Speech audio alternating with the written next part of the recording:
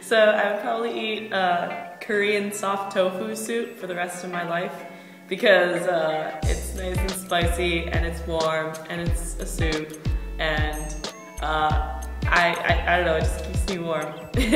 So I'd probably just eat that for the rest of my life.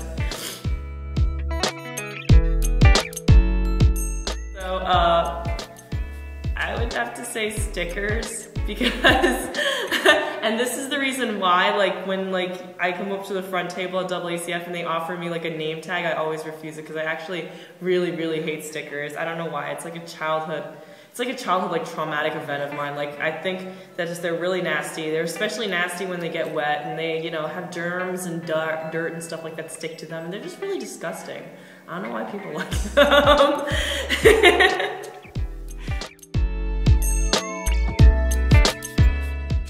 Okay, so hopefully in 10 years, let's see, I will be 4 years in med school, 4 years in residency, so I'll just have started my life.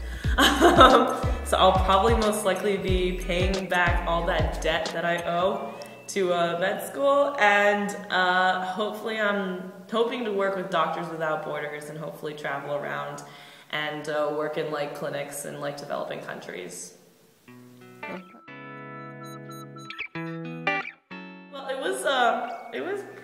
It was interesting. It really opened up my eyes to like, I guess just what exactly does it mean by like a developing country. And you know, in my past like travel experiences, I've always sort of been just like the tourist, where like I would travel to Singapore, it's a cosmopolitan city, or like go to like Beijing, or like, you know, Shanghai, Taipei, and stuff like that. I've been to all those places. They're all nice in like cities and stuff like that, but Kenya was especially different because I think for the first time ever I realized like what it actually meant to be someone living in sort of that like rural community.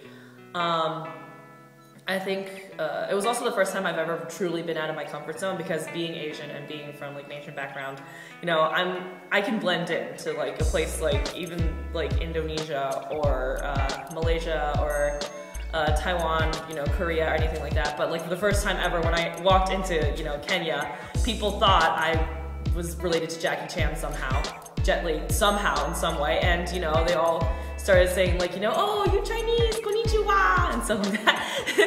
And you know, it was just really bizarre, like seeing, you know, me truly being an outsider at that point, and you know, looking like the part of the outsider for the first time. So that was really interesting. But I learned a lot about like, you know, communication with, you know, with people working, like living in local areas. I think it shattered a lot of stereotypes to me that I didn't even know I had coming in. I seriously thought I came in, you know, with, you know, an open mind and stuff, but then I realized like midway, like I did have these certain prejudices about like the local community, and I guess it just really opened my eyes into recognizing that I still have had those prejudices, and it's really nice to be proven wrong sometimes, you know.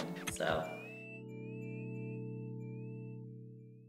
okay, so this year I was a dancer for my thon organization, and so that's basically 46 hours, no sitting, no lying down, no sleeping, a dance marathon. For what I can remember of it, it was by far the best weekend I've ever had in my entire life.